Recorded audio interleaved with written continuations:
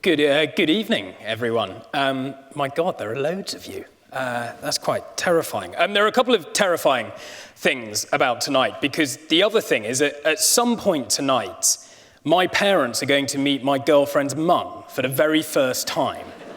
So be nice, be kind, play well, and I'll feel much better when this lecture is over. Anyway, it's a real pleasure to be here tonight at the RGS. I went to school at the RGS, Royal Grammar School in High Wycombe, so it's good to see that there are some other RGS people here tonight. Hurrah! And thank you to Tim Richardson for his introduction, and to John Darlington and his team at the WMF for inviting me to speak to you all tonight. And I think John and his team have chosen a particularly appropriate time to talk about the life and legacy of Lancelot Capability Brown. Not just, we've gone into the wrong place. Hang on. Right, so what you're going to need to do is shut your eyes, okay, as we go back to the beginning. There we go. You see, that's ruined all of the surprises that were coming your way. There we go. There's the beginning. Okay, so it's in a hugely exciting time to talk about the life and legacy of Lancelot Capability Brown, not just because of the fantastic programme of tercentenary events overseen by the Heritage Lottery-funded Capability Brown Festival. Over the course of tonight, you'll realise who I've been working with, because there are shameless plugs for each and every one of you in here. So sort of give a cheer or something at those points. And because also it's the 400th anniversary of our other greatest national artistic export, William Shakespeare. There he is. And I think what Shakespeare has done for English letters, so Brown has done for English landscape. Yet we know what Shakespeare created was fiction, even if his fiction was so convincing that when we think of Richard III or Henry V, we think firstly of Shakespeare's characters rather than the historical record.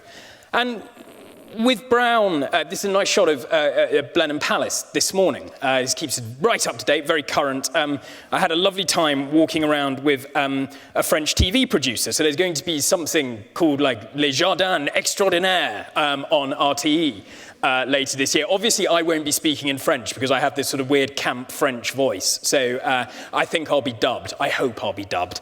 Anyway, so I was at Blenheim this morning, and I think with Brown, as I said, the story is slightly different, as his landscapes were so natural, as Tim said, that it's hard to see the hand of the artist at work at all. And you could argue that Brown's very success as the man behind England's green and pleasant land was such that he almost damned himself to historical obscurity through creating a product so good subsequent generations of visitors have given nature herself the credit. Yet Shakespeare and Brown are intertwined in more ways than one.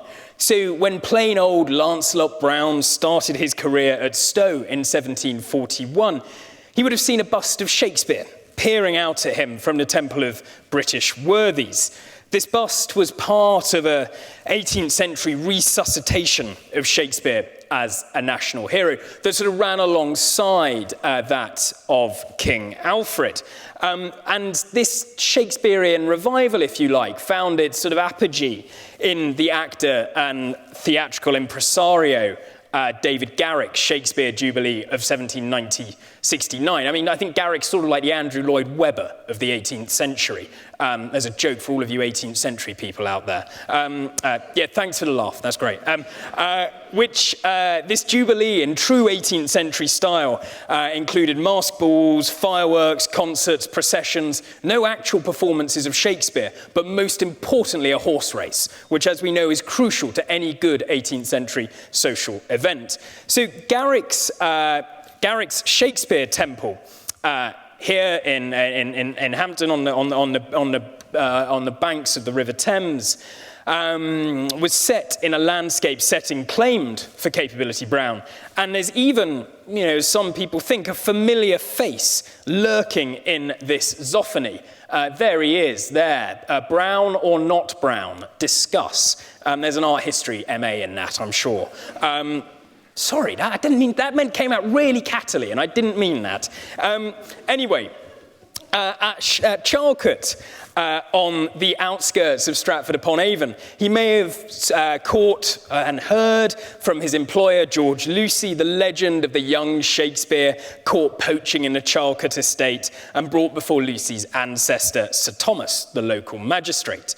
The connection between the two also continues in a slightly unexpected place on the Isle of Bute. There we are at lovely Mount Stuart House. So sitting close to each other in the archives of Mount Stuart are Brown's plans for Luton Hoo, commissioned by the 3rd Earl, for which Brown received at least £11,663 in 18th century money over a 16-year period. And a plug for something that happened a couple of weeks ago, a previously undiscovered first folio by Shakespeare, acquired at some point before 1896, for which I brought my colleague Professor Emma Smith up to the Western Isles to authenticate. We got slammed in Private Eye for our hideous media manipulation behind this entire story, and they thought it was too good to be true, and that was exactly it, because we sat on the news for 9 months to release it at the crucial time, the week before Shakespeare's birthday. Anyway, I believe that 2016 gives us the opportunity to reassert the balance and bring Brown into the popular pantheon of English artistic heroes. Shakespeare's place at the top table's assured. I'd say so is David Bowie's, most probably. William Wordsworth has a seat. That David Bowie joke's for my mum. Jane Austen's there, as too is probably John Constable. And only last week, our man Turner received a sort of level of immortality, as he'll soon to be staring up at us from our £20 notes. But with Brown's work, you don't have to go to a gallery to see it. You can physically step in to Turner's painting. Sorry, this is the worst image I have of Harwood House up in Leeds by Turner. Sort of squint a bit and it will hopefully become in focus. Or if the admission fee is too much, visit one of the many local authority parks that contain fragments of Brown's work, as is just on the outskirts of Welwyn Garden City, Digswell Park. He's on our doorstep to experience. There are over 30 landscapes in Greater London alone, and with so much of his creative output to enjoy, not to mention the health benefits of outdoor exercise, from walking via park run to triathlon. You'll get to go with one of the Brownlee brothers if you're especially lucky.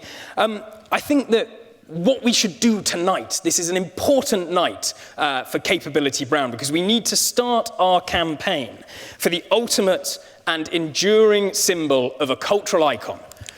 We need a Twitter emoji. That's what we need for Capability Brown. We need something to match this Shakespeare emoji that materialized last night. So I want to do, last week, sorry. I want to do 2 things in the remaining 40 minutes of my talk tonight.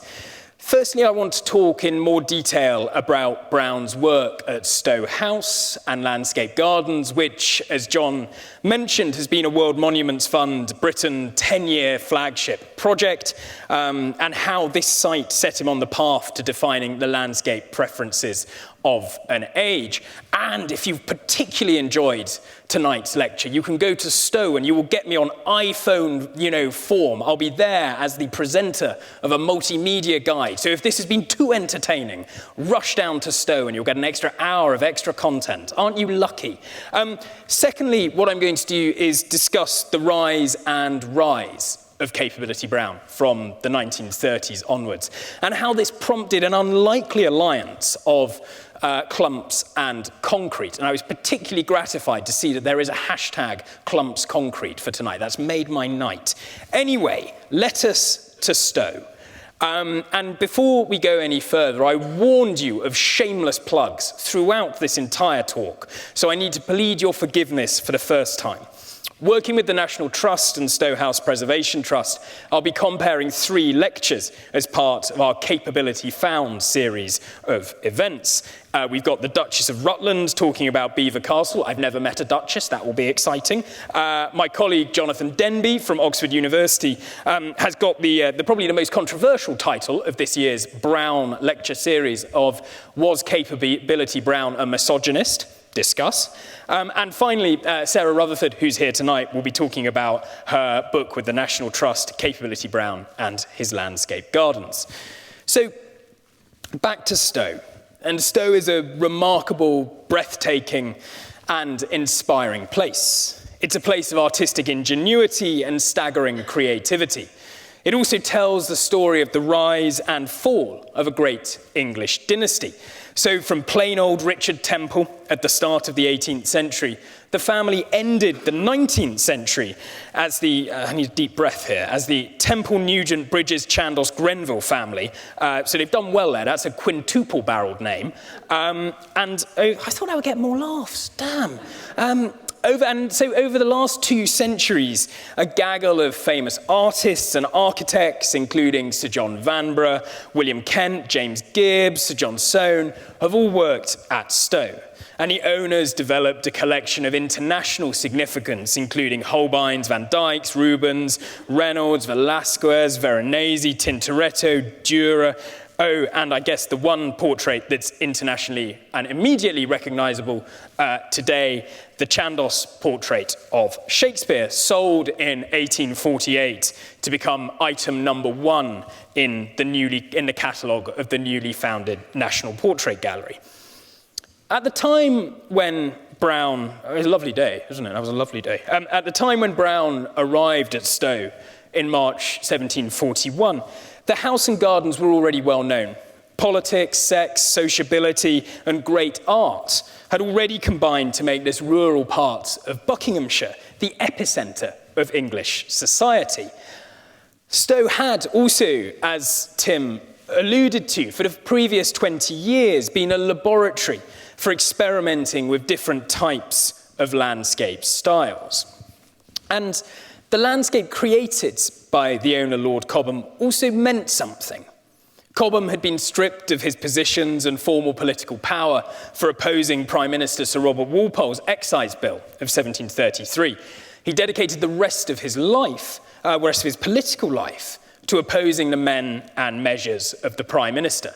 So Stowe proved the artistic expression, or Stowe provided and proved to be the artistic expression of a belief that Britain could and should be a world power, but that the current government was corrupt and not providing the right kind of leadership. So Richard Temple, Lord Cobham, working with William Kent and James Gibbs, among others, had by 1741, I'd argue, turned the landscape into what I guess can sort of be best described as a sort of Pinterest board designed to inspire young political ideologues. It's about collecting little snippets from ancient Rome, from ancient Greece, from the British past, hence, our man, King Alfred, again. And Walpole's supporters scornfully labelled them the boy patriots or Cobham's cubs. But I believe that they were political visionaries. They were fired up by what they saw as, I remember last time I read a bit of this speech, I said fired up, and it was that time in a general election where David Cameron just kept on saying fired up. He was fired up about everything. So I'm worried about repeating those firing up sins. Anyway, sorry, I shouldn't mix gardening with politics, should I? But then I suppose Stowe is exactly that. So what they were fired up by what they saw as Walpole's determined assault on the freedom of Englishmen to choose his own parliamentary representative, out of which they developed an alternative vision for a British Empire based on mercantile wealth and a strong navy. So these young men looked to Cobham for guidance as they begun their revolt against the politics of their father's generation. For the young men who clustered around Cobham, here he is in 1740 with a portrait by Van Loo, art, landscape, and poetry were intimately connected with politics. Each fed and nourished the other as they developed their idea of a British cultural renaissance, which would sit alongside the political transformation they planned. And it's in this febrile atmosphere of politics, partying, sex, and sociability that Brown started work as Lord Cobham's head gardener in 1741. He'd marry Miss Bridget Wyatt in the little church of St Mary's at Stowe in 1744 and start a family in one of two pavilions, which marked the western or the Oxford entrance to Stowe. And in 1746, Lancelot started on the project that would really make his mark at Stowe, the Grecian Valley. So, in the northeast corner of the gardens, Brown started work on creating an ideal valley through which Cobham's visitors could walk and imagine themselves as the poets of classical antiquity. Excavating approximately 24,000 cubic yards of earth, that's quite a lot to do with a shovel, Brown's male and female labourers were creating landscapes on the largest scale.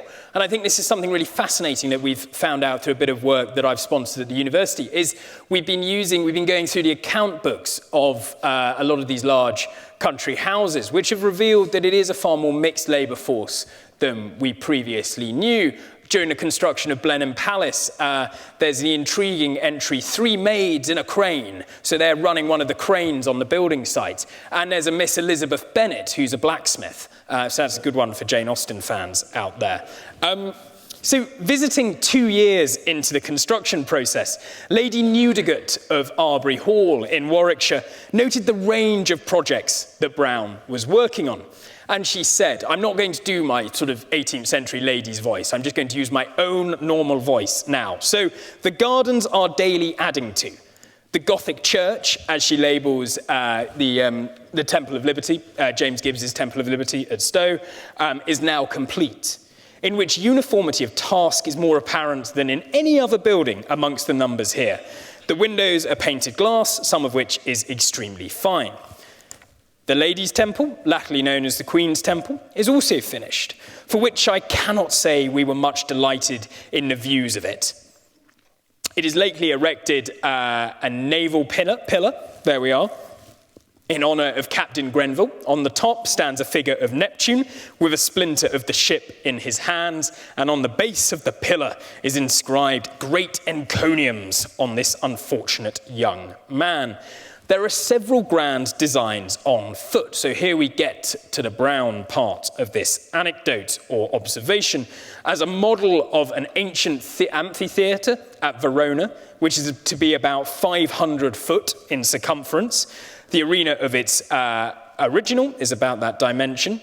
Near this, they are copying the Maison Carrée at Nîmes, a prodigious building of which the foundation is only laid. And Lady Cobham, advice to all wives to build for their husbands, is currently building a model of Trajan's column in honour of Lord Cobham. There we go. So isn't that nice?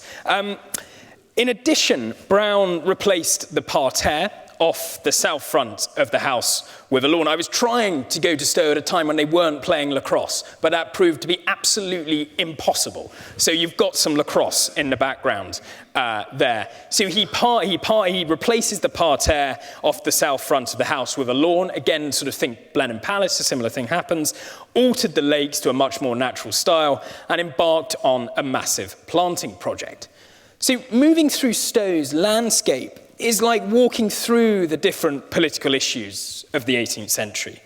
Brown's work, I'd argue, is part of a more confident belief in Britain's imperial strength. But the difficulty we have is in tracing Brown's own personal politics. Although I'd suggest he'd have to have been living under a rock not to be aware of the political views of his employers. To assume anything but that is utter madness. Anyway, Stowe's importance for Brown, I think, in addition to his landscaping and architectural achievements, came from his employer's little black book of contacts, and it's to these that I will now turn. So Stowe so well known as to be almost impossible and unnecessary to describe in the 1748 words of Lady Newdigate. Let me tell you, when you're researching visitor accounts of 18th century landscape gardens, those words are the most infuriating thing that you can possibly have. You think, here we are, I have struck gold, I'm going to learn all about Stowe, and then she sort of makes that remark and sort of basically refers you to the guidebook, when all you really want is some nice meaty personal comment. Anyway, Stowe provided Brown with a type of networking opportunity that most young entrepreneurs could only dream of. If we conceive of Brown's landscape business as a startup, and I realise I am being a bit ahistorical here, it was through Stowe that he met his angel investors. Through his work for Lord Cobham at Stowe, Brown got his chance from the Dragon's Den of the extended Temple Grenville family. I always wonder which one of the Temples would be Duncan Bannatyne. So that's something for you each in the audience to ponder. Maybe we can discuss that during the Q&A. Anyway, the Temple Grenvilles were genetic nodal points in an increasingly interrelated aristocracy. After her husband's death in 1749, Lady Cobham retreated to her own home, Stoke Park in Stoke Poges, inherited from her father, and Brown started to make some alterations. One networker extraordinaire and frequent visitor to Stowe in the 1730s and 1740s was William Pitt. So this is Lord Cobham's nephew, George Littleton's brother-in-law, Thomas's brother. So perhaps it's easier to say that they were related by marriage. And Pitt would dominate the political landscape for the coming decades, and his support continued to open doors for Capability Brown. So just a few examples of this, I hope, will do. So we have Petworth, where Lord Egremont's sister, Elizabeth, was married to George Grenville of Wootton, Hester Pitt's brother, and William's brother-in-law. And Brown started work there in 1752. Again, this fits very nicely with what Tim has said, these sort of two halves of the 18th century, BC, and I don't know what the alternative would be. Yeah, we can work on that. And then you've got Wootton. William Pitt proposed to his future wife, Hester Grenville, who lived at Wootton in 1754, and Brown starts work there later in the 1750s for Hester's brother, George. We also have Stratfield-Say, better known now as the home of the Dukes of Wellington, but during the middle of the 18th century was owned by William Pitt's cousins, George and Lady Penelope, for all of you Thunderbirds fans. And then we also have Burton Pynsent. William Pitt inherited this estate from an unrelated admirer, Sir William Pynsent, who by the mid-1760s wanted to express his gratitude to the politician he saw as Britain's saviour. I can give you longer odds than Leicester City winning the Premiership to see anyone doing that to a politician today. And Brown, unsurprisingly, created the landscape. So in addition to these family connections, Brown also fell in with a group of young Oxford-educated men who clustered around a member of the Warwickshire gentry, a man called Sanderson Miller. And as an Oxford man myself, I've longed for the days in which I would ride out dispensing lavish architectural patronage across the heart of England. We can but hope. So Miller, born in 1716, was by the middle of the 1740s experimenting with a different type of Gothic revival architecture, less Rococo fancy and more based on historically accurate sources. And architecture was part of his social life, and so were gardens. And crucially, he kept a diary. So we know that on the 5th of November, 1749, he spent 5 hours walking in the garden with the company and Mr. Brown and Dorrell at Stowe. And aristocrats also developed a taste for Miller's particular brand of ruined castle that he had experimented with at his estate at Radway. So here's the castle on the top of Edge Hill, very close to Compton Verney. Do visit Compton Verney if you're ever in the neighbourhood. Plug number 2, there we go. And castle ruins were built at Hagley, as I said, for George Littleton, and then some 20 years later by Brown, according to aspects of Sanderson Miller's plans for the second Earl of Hardwicke at Wimpole. There we go. And as Jennifer Meyer's detective work has shown, through Miller, Brown was introduced to George Coventry at Croom, near Worcester. There's Croom, looking lovely. Lord Guernsey at Packington. Oh, no, we'll get to that in a second. This is my favourite. This is Thomas Barrett Leonard at Bell House in Essex, where now the landscape has been broken in two by the M25. So if you're ever going to Lakeside Shopping Centre and you fancy a bit of Capability Brown on your way, pull off at Junction 31. Or if you've played a round of golf and you really fancy some refreshment, you can go to the licensed bar, the Capability Brown. Doesn't it look lovely? So we have Packington here for Lord Guernsey, and there's also the potential that he provided the introduction, this is Sanderson Miller, to the Lucy family at Charlecote, Lord Brooke at Warwick Castle, Trebuchet not by Capability Brown, and Sir James Dashwood at Kirtlington Park. None of these connections were as important. So a shout out here to Mike Calnan for the National Trust, who's done this amazing drone footage, which is just going to carry on in the background while I talk. So this will be a real test as to you remember anything that I say in the next 23 seconds. Anyway, none of these connections were as important as that of George Coventry. Coventry and Brown's professional and personal friendship would last for the rest of Brown's life. His fatal collapse happened after leaving Lord Coventry's home in 1783, and Coventry would commemorate their creative partnership in a memorial to Brown's career at Croom. And Brown's career, as I've briefly sketched it here, is significant for a huge range of factors. Perhaps most importantly, he codified the idea of the natural in landscape design. The new exhibition at Compton Verney, hooray, celebrating Brown's work there for the 14th Baron Willoughby de Brooke from 1768, efficiently captures his style. So Brown's landscapes, as I quote from the excellent interpretation panel on the wall, were typically simple, uncluttered and restrained, generally comprising sweeping pasture bordered with tree clumps, perimeter shelter belts and screens of trees. He swept away the formal parterres and the classically inspired illusions of the previous age, but also planted thousands of trees, predominantly oak, ash and elm.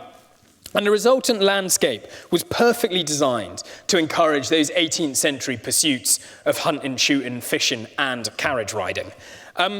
Incidentally, and this is an odd link here. I think this is why triathlon is such a marvellous way to experience the Brownian landscape.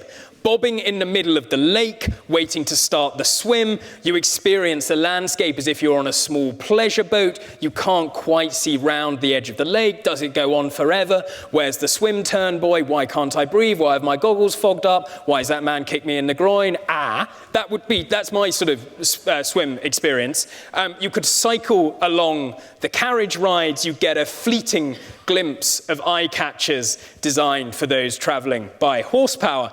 And finally, running through the landscape closer to the main house gives you a sense of the way in which house and garden formed one composite experience. So if there are any television producers lurking in the audience tonight who want to commission this, come forth and find me. Likewise, if there are any of you that wants to join the Sexy Walrus Amateur Adventure and Triathlon Club, we have lovely kit, lovely socials, it's all very entertaining. You see us at the end, we'll have a sign-up form for you. You've just got to write a nice letter explaining why you want to be part of the group, okay? And it's a lovely letter. That's all we ask.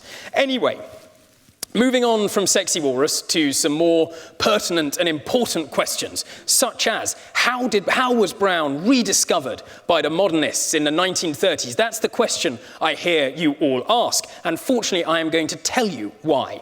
And so in the final part of my lecture, I'm going to explore the unlikely union of clumps and concrete that seemed to many architects to offer a suitably English form of international modernism from the 1930s onwards. In the summer 1937 edition of Landscape and Garden, and I'm really sorry, I've got the summer 1934 edition here, so I apologise for that horrific inaccuracy on my part. It was noted that today, amongst the lovers of gardening proper, as distinct from the creation of park scenery, Capability Brown's name is an anathema. They recall the devastation that he wrought over Moor Park and Longleat, the destruction all over England of forecourts, terraces, fountains, parterres, and clipped hedges. So Brown's landscapes by the mid-1930s were struggling to escape the long shadow of the rhododendron. God, there's a line I thought I'd never write. And the blousy beds of the Edwardians. There we go, two words I thought I'd never say in the same sentence. Anyway, as our columnist in Landscape and Garden noted, you can see I had a great time reading these journals. In a world overrun with crazy pavement, bird baths, tennis courts, gaudily coloured shrubs, and the riches of flora too lavishly strewn, imagination yearns for the simple, spacious paradise of Capability Brown. If tastes had changed, so had the economic equation that held up the workings of the country house. The sale of many great estates, either due to a combination of death duties or the inability to find a much-needed asset injection in the form of an American dollar princess, resulted in the butchering of many of those landscapes created by Brown. And one response characteristic of the group of artists, architects, and thinkers brilliantly analysed by Alexandra Harris in her book Romantic Moderns was a concerted effort of national self-discovery, out of which a modern English Renaissance grew. This was part an intellectual response to the demands of avant-garde high modernism, which had declared in the 1930s and the 1910s and the 1920s that the artist's task was to free himself from precedents. Local stone gave way to concrete, and architects like Le Corbusier struggled to even tether their buildings to the ground on which they were built. As Harris suggests, by the 1930s, artists were wondering how to reconnect with the headily abandoned past. The appeal of an international language of form began to feel limited. Was it really right to resist the lure of eccentricity, locality, and difference? And one part of the movement that produced John Piper, Paul Nash, Virginia Woolf, Evelyn Waugh, Graham Sutherland, Eric Ravilius, and Cecil Beaton was an attempt to reconstitute 18th century landscape ideas in response to interwar suburban development, which, spreading as rapidly as oil on water, one of our correspondents in Landscape and Garden observed, menaced landscapes and coherent urban planning. So starting in 1935, the Architectural Review published a series of historical studies on certain aspects of English life, which aimed to chip away at the dominance of the Industrial Revolution and rediscover native landscape traditions. I quote, "Well directed in our past, so they may give direction to the present and coherence to our aims for the future, though clothed inevitably in forms that appear to be strange and new." So, for contributors to the Architectural Review, the 18th century landscape tradition had agency and it had power. It provided a guide for solving the problems of how to reconstitute a balance between the claims of town and country. Now, excuse me for this extended quote, but I think it's important to give you a real sense of the kind of arguments that are being advanced in this monthly periodical.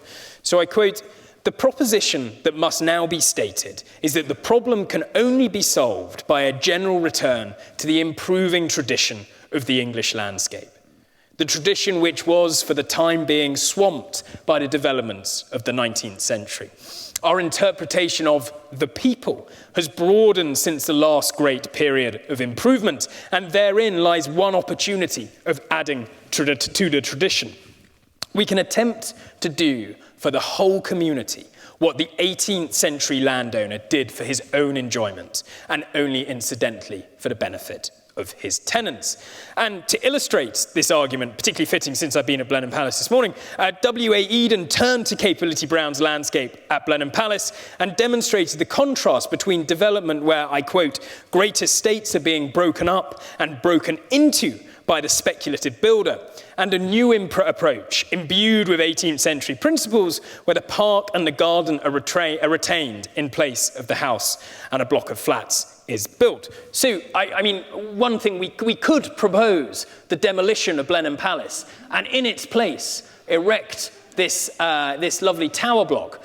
And what this is held up in contrast to is the danger of this piecemeal butchering of the landscape into sort of barely coherent mock Tudor-Beathan suburban houses, which is sort of an absolute horror for the writers of the Architectural Review. You'll even notice how on Elizabeth Island there's a nice sort of for sale hoarding erected on there. I don't think the Duke of Marlborough would be best pleased. Or here is another example of how we could do coherent, in inverted commas, urban planning for Blenheim Palace. We railroad a slightly sinuous line through the centre of the park. Now, Turner praised Oxford's High Street for being the most picturesque street in England because of its slight curving. I doubt he'd say the same about that.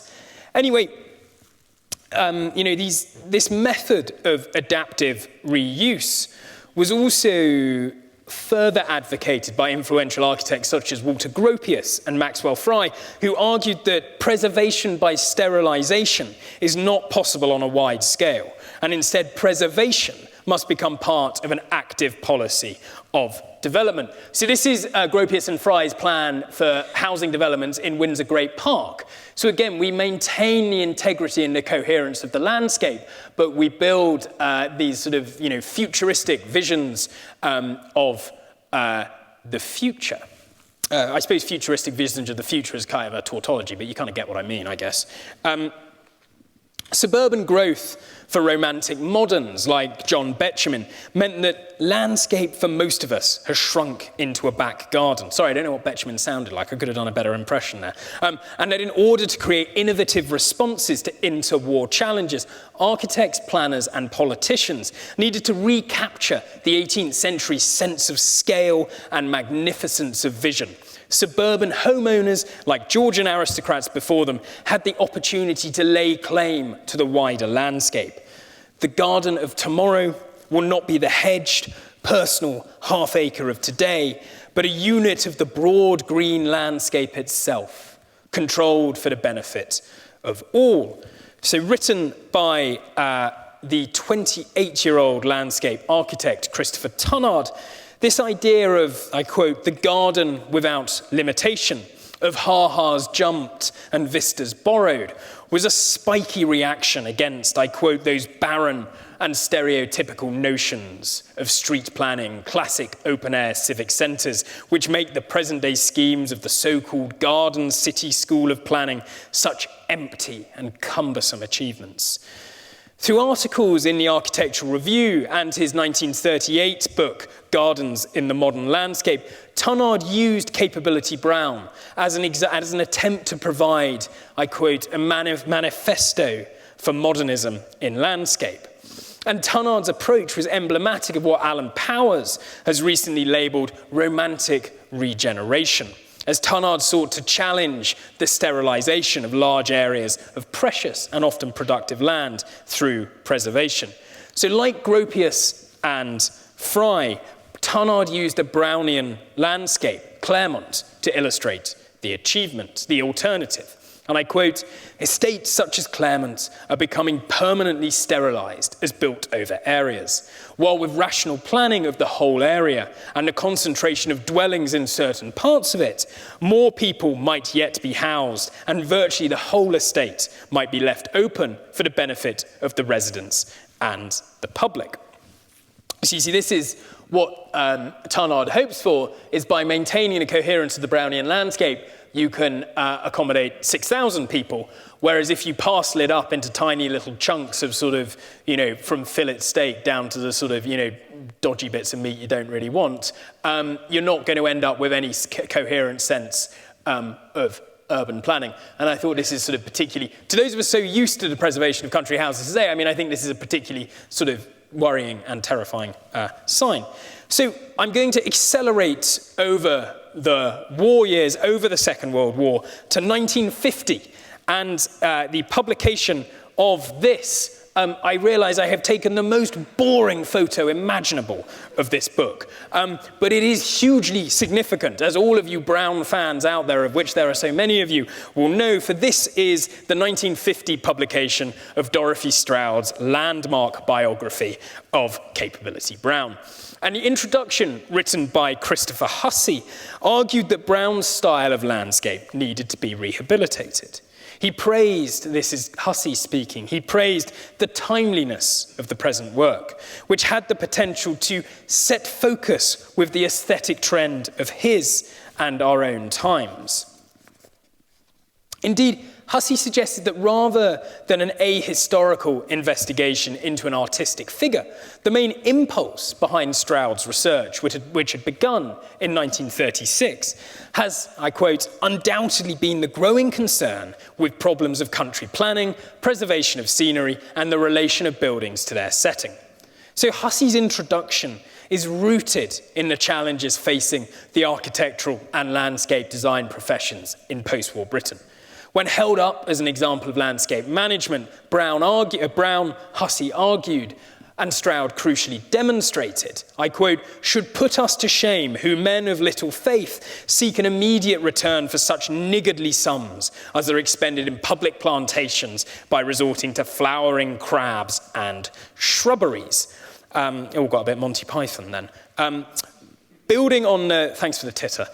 Building on the growing interest in Brown and the English landscape garden during the 1930s, Hussey saw Brown as more than just a man and more than just a landscape designer. His works could provide a guide on how to fundamentally recalibrate post-war reconstruction away from short-term solutions towards a requisite largeness and length of vision, this responsibility of ours to posterity. But like Christopher Tunnard in the 1930s, this vision for landscape and design required the British people to sacrifice their own suburban plots to conform to the idea of the landscape garden as a common garden. And Hussey feared that even if government departments and local authorities were willing to plant along the new arterial roads around housing estates, the depredations of undisciplined urchins would soon bring their intentions to naught. So, in search for an appropriate vocabulary for modernist landscape architecture and a setting suitable for the post-war challenges facing Britain, one answer was to anglicise international modernism by situating its buildings within settings inspired by the 18th century landscape movement. Or as Isaac de Wolf, or I. de Wolf, suggested in the Architectural Review, in the article behind me, acknowledgement in our own day of the existence of a perennially, difficult word to say, English visual philosophy could revolutionise our national contribution to architecture and town planning by making possible our own regional development of the international style. So models for housing schemes cited in official publications like the Government Housing Manuals of 1949 and 1953, trust me, an absolutely riveting read, emphasise the importance of green space and buildings that work with the capabilities of the site. The 1949 manual, for example, noted that in urban areas, the town dweller needs the visual relaxation that can be given by the sight of grass and Trees, I have the idea of the author of this 1949 manual, like Sir David Attenborough, going out to see his subjects in the wild and realise that they were starved of greenery. Sorry, I almost started doing my Attenborough voice there. It was a bit weird. And that where estates border open country or a park, the housing should allow the country or park to be viewed from within the housing area. So by the time Nicholas Pevsner, these are my favourite slides. These are sort of Nicholas Pevsner reading, Nicholas Pevsner pointing at things, looking at things, Nicholas Pevsner looking at modernism. It's all, it's great stuff. So by the time Pevsner came to give the last in his series of 7 Reith lectures on the Englishness of English art in November 1955, at 9 a.m. on the 27th, Sunday the 27th of November, for those of you fans of historical precision, he had digested 2 decades of theoretical and intellectual responses to the 18th century landscape movement contained within publications like the Architectural Review, and could present them to a wider public. Called The Genius of the Place, Pevsner's final lecture was a response to the post-war world of ongoing reconstruction, infrastructure development, and the continued freezing of relationships with the Eastern Bloc. Pevsner identified how, I quote, "there is an English national planning theory in existence which needs only to be recognised and developed." Finding support from writings by 18th century theorists, from Alexander Pope to Uvedale Price and Payne Knight, he told his radio audience that the genius loci, if we put it in modern planning terms, is the character of the site. And the character of the site is, in a town, not only the geographical, but also the historical, social, and especially the aesthetic character. Pevsner asked his audience to consider the capabilities of the site, and by extension that functionalism, or each case on its own merit, be the guiding principle behind the building of new towns and the reconstruction of old. The future then, for Pevsner, lay in the past. There's plenty, there I quote, "there is plenty of precedent to make use of in our own situation today," he wrote, "not by copying, but by applying the same principles, the same great English principles." Now, this next coincidence is almost too good to be true. Pevsner chose to illustrate these ideas in his accompanying book by a picture of the Alton East estate in Roehampton, designed by a certain Oliver Cox. There he is. So I'm taking my sartorial clues from this gentleman behind me. And when I read his obituary in the Times in 2009, it was a sobering realization that I had achieved absolutely nothing in my life. And it was a really terrifying thing to read one's own obituary. But there we go. What Oliver Cox is doing here, this is quite weird and quite meta, Oliver Cox talking about Oliver Cox. He was one of a circle of progressive architects clustered together at the London County Council. One could almost say clumped together. There's a joke for you garden fans. Hey! Anyway, clumps and concrete were by no means mutually exclusive. And Alton East gave built expression to Pevsner's broadcasted plea for a policy of healthy, attractive and acceptable urban planning. So from the mid-1960s onwards, here's a shout out to the HHA, hooray, Brown becomes part of the nation's DNA, a cultural reference point reinforced by millions and millions of visits to publicly accessible landscapes. In so doing, I think Brown becomes a vision of and a synecdoche for a reassuring conservative vision of Englishness. This process robbed him, I would argue, of the potency seen in his life and works and articulated by Hussey, Pevsner and Cox. Instead of forging a new future, Brown was used to celebrate the past. So the Sun Insurance Company's 1964 advert is revealing with the strapline, "Underwriting History, insurance executives shouldn't go into stand-up." Brown was associated with competency, capability and tradition. Even in Andy Davies' 2010 cartoon in The Sun, I put this in for my father, a man who absolutely hates Gordon Brown more than anyone else. Capability Brown is something and someone who's reliable, in contrast to that other Brown. So In 2016, Brown's image of England appearing at the beginning of every episode of Downton Abbey, thanks to his work at Highclere Castle, now has an unprecedented global reach.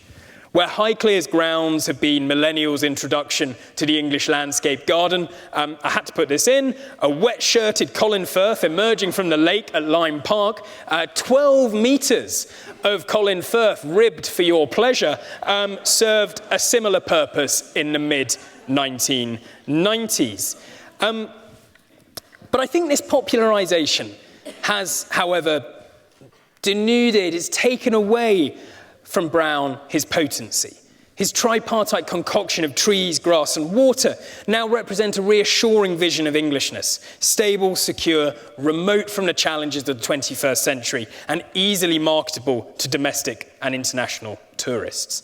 So 2016 and the Tercentenary Festival gives us the ideal opportunity to make the 18th century and Brown's unique contribution to it relevant again. And I'd say we need to put the bite back into Brown. Thank you very much.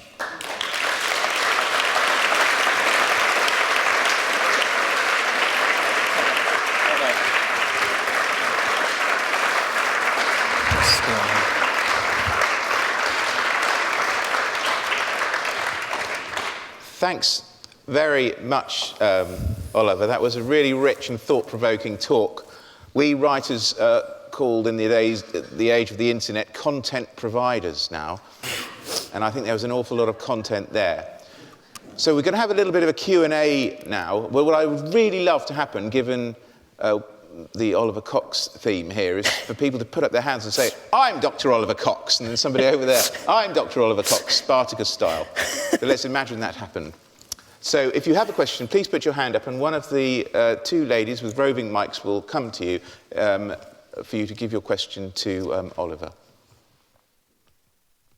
Gentleman here. Just wait for the microphone, please. Oh, you have to pass the parcel.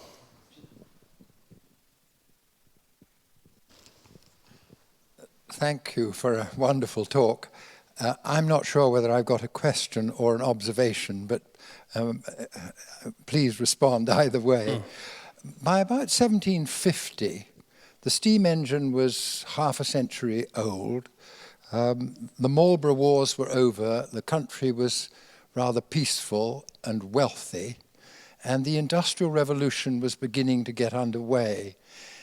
Is there any connection between these events and the change in fashion that you've described so ably that took place in the middle of the 18th century? Yeah, so I think that I'll take 2 points on that. One is there is the fascinating thing about the 1750s is although we're doing all of those things, there's peace where it sort of looks like things are going well in terms of parliamentary representation, the economy's flourishing, there's this massive anxiety about why can't we produce cultural products as good as France and Italy. So you see it in 1751 or 3, I can't remember which one, with the foundation of the Society for the Encouragement of Arts, Manufactures and Commerce, which is all about how do we in Britain create an amazing artistic product? How do we encourage that? Because,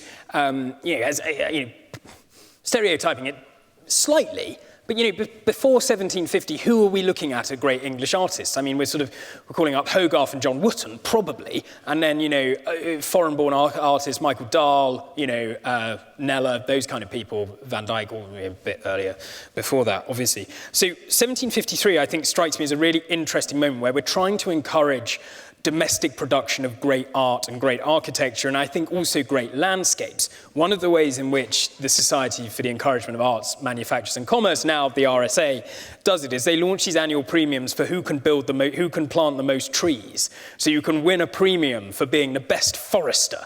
And for some reason, aristocrats go nuts over this. They love it.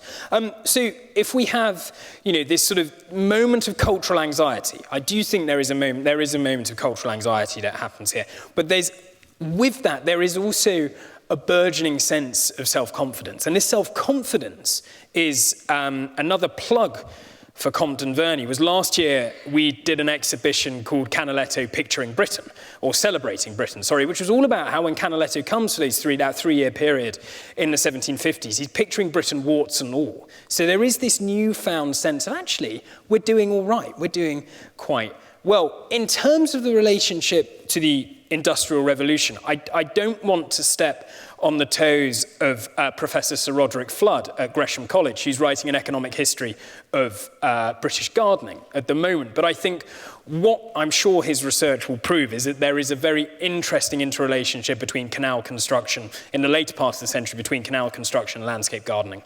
Because to build a canal is relatively similar to building a lake. It's just a sort of straighter lake, if you like. I mean, hey, I'm no water engineer, I'm no canal constructor, but I assume they're vaguely similar.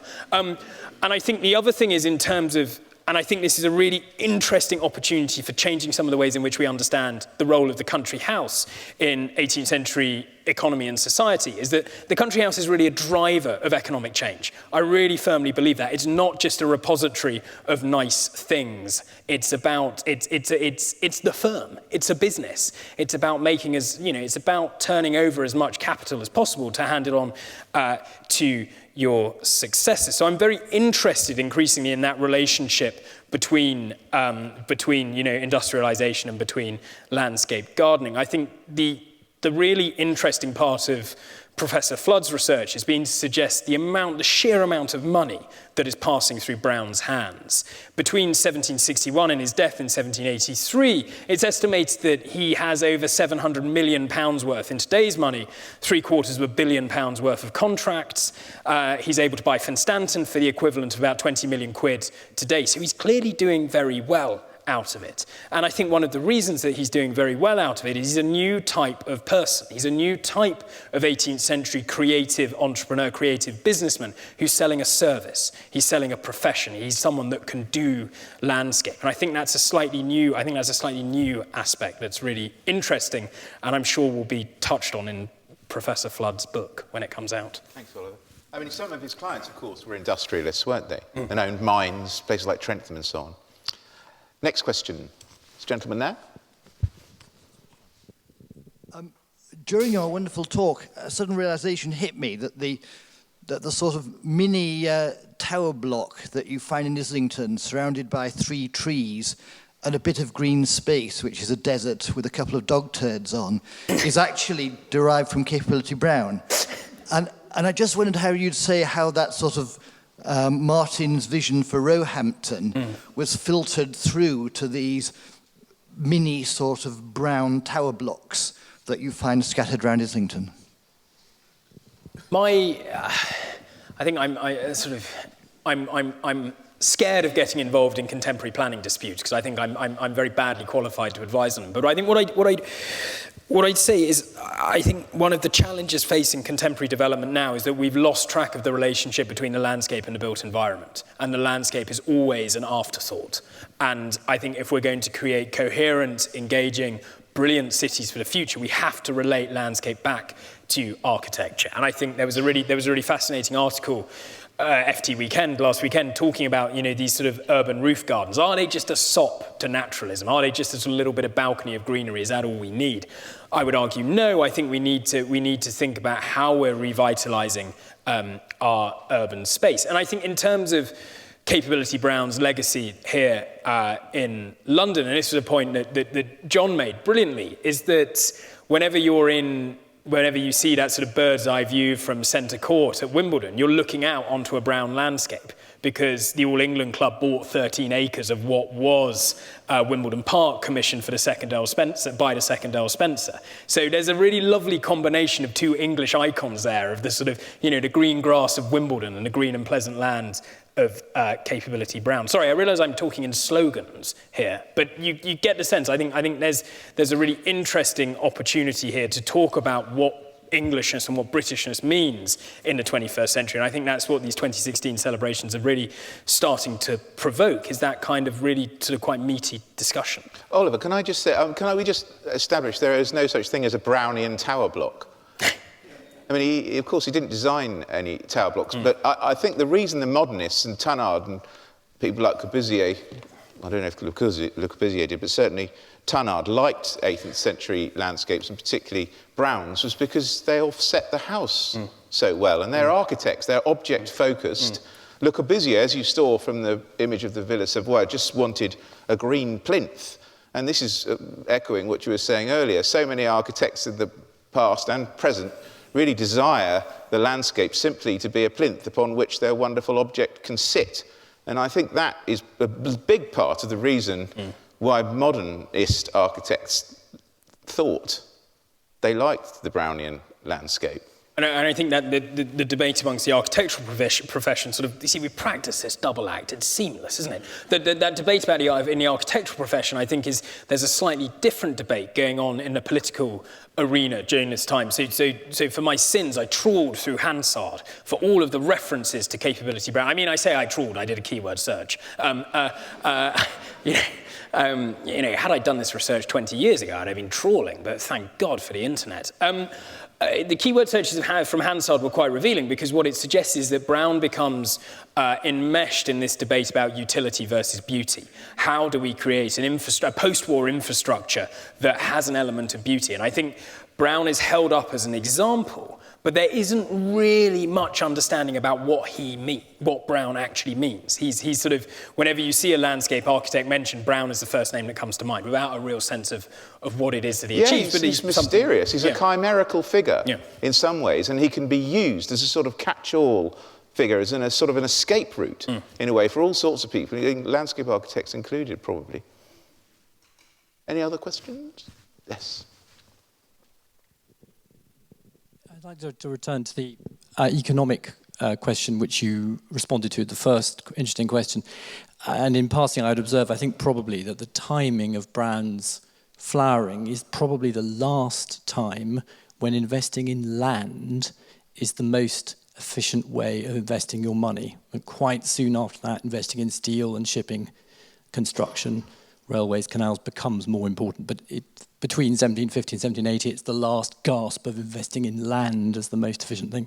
But my question is, having worked quite closely at some time on Capability Brown landscapes, it becomes apparent to me that the overwhelming income stream from a designed landscape by Brown at the time was from the land and the forest, and possibly it's to some extent from the water, but primarily from the land and the forest.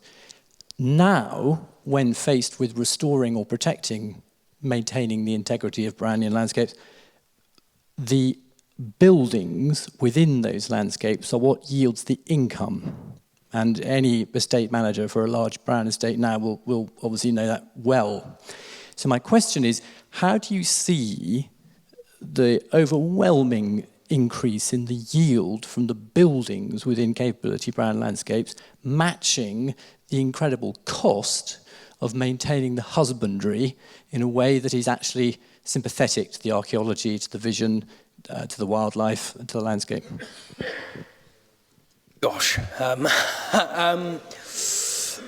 going to be totally honest with you. I would absolutely fudge an answer to that, and I don't I've really got an answer. know. Thank God. Thank you, Tim. I haven't got an answer, but I've got an observation, and that is I don't think that's necessarily true of all. It is true if you're an accountant looking squarely at the books, but if you think about all of the Capability Brown estates which are in National Trust ownership, for example, the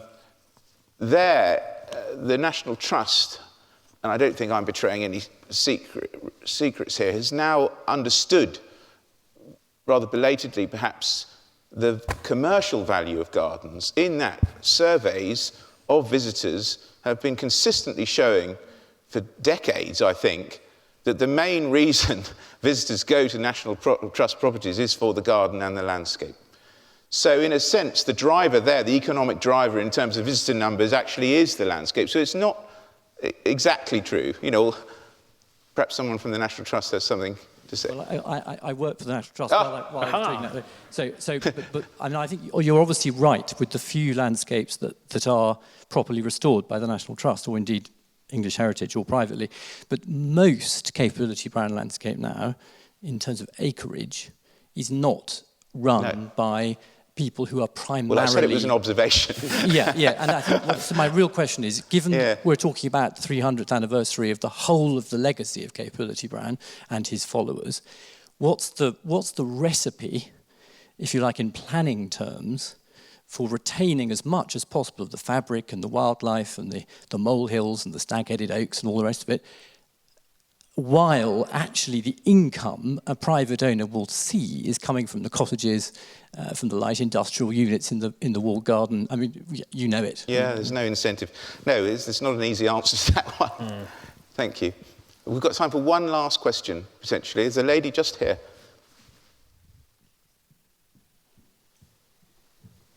Is it Sarah? Yes. It is, sorry. So it was a very bright... Sarah Rutherford, who was mentioned. Hello. I just thought it was worth pointing out, I don't think Oliver got into this very obvious point, but it's worth reiterating that the English Landscape Park is reputed to be Britain's greatest contribution to the visual arts, and Brown is its greatest and most prolific exponent. So therefore, he's an equivalent to Shakespeare. Well, that's a brilliant comment to end upon, and I'd like to invite John Darlington to wrap up.